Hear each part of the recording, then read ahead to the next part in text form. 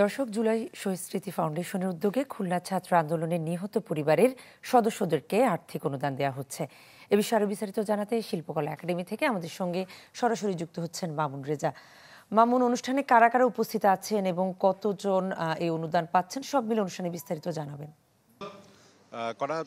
জুলাই শহীদ স্মৃতি ফাউন্ডেশনের উদ্যোগে খুলনা জেলা শিল্পকলা একাডেমি মিলনায়তনে এই অনুষ্ঠানটি শুরু হয়েছে সকাল 10:20। এখানে যারা খুলনা বিভাগের এই জুলাই আগস্টের আন্দোলনে যারা শহীদ হয়েছিলেন তাদের পরিবারের সদস্যদেরকে আর্থিক সহায়তা প্রদান করা হবে। ব্রেকফাস্ট, টিফিন কিংবা স্ন্যাক টাইমে মজাদার আয়োজন মানে অল টাইম ব্রেড।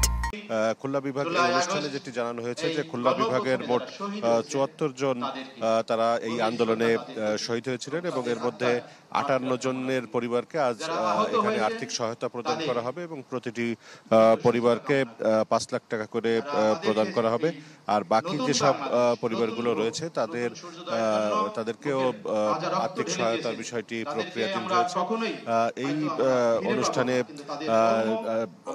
যে জুলাই শহীদ স্মৃতি ফাউন্ডেশন, এই ফাউন্ডেশনের সাধারণ সম্পাদক সার্জিস আলম তিনি উপস্থিত রয়েছেন। এছাড়া এই ফাউন্ডেশনের প্রধান নির্বাহী কর্মকর্তা শহীদ মুগ্ধর ভাই স্নিগ্ধ তিনি উপস্থিত রয়েছেন। এছাড়া খুলনা রেঞ্জ পুলিশের DIG, Khulna metropolitan police commissioner, খুলনার জেলা প্রশাসক, খুলনা বিভাগীয় কমিশনার উপস্থিত রয়েছেন। এছাড়া ঢাকা থেকে বৈষম্য বিরোধী ছাত্র আন্দোলনের বেশ কয়েকজন কেন্দ্রীয় সমন্বয়ক এবং সহকারী সমন্বয়ক রয়েছেন যারা শহীদ হয়েছিলেন, সেই শহীদ পরিবারের সদস্যরা রয়েছেন। এছাড়া যারা আহত হয়েছিলেন তাদের পরিবারের সদস্যরা রয়েছেন। এছাড়া খুলনায় যারা বৈষম্য বিরোধী ছাত্র আন্দোলনের সঙ্গে যুক্ত ছিলেন তারাও এখানে উপস্থিত রয়েছেন।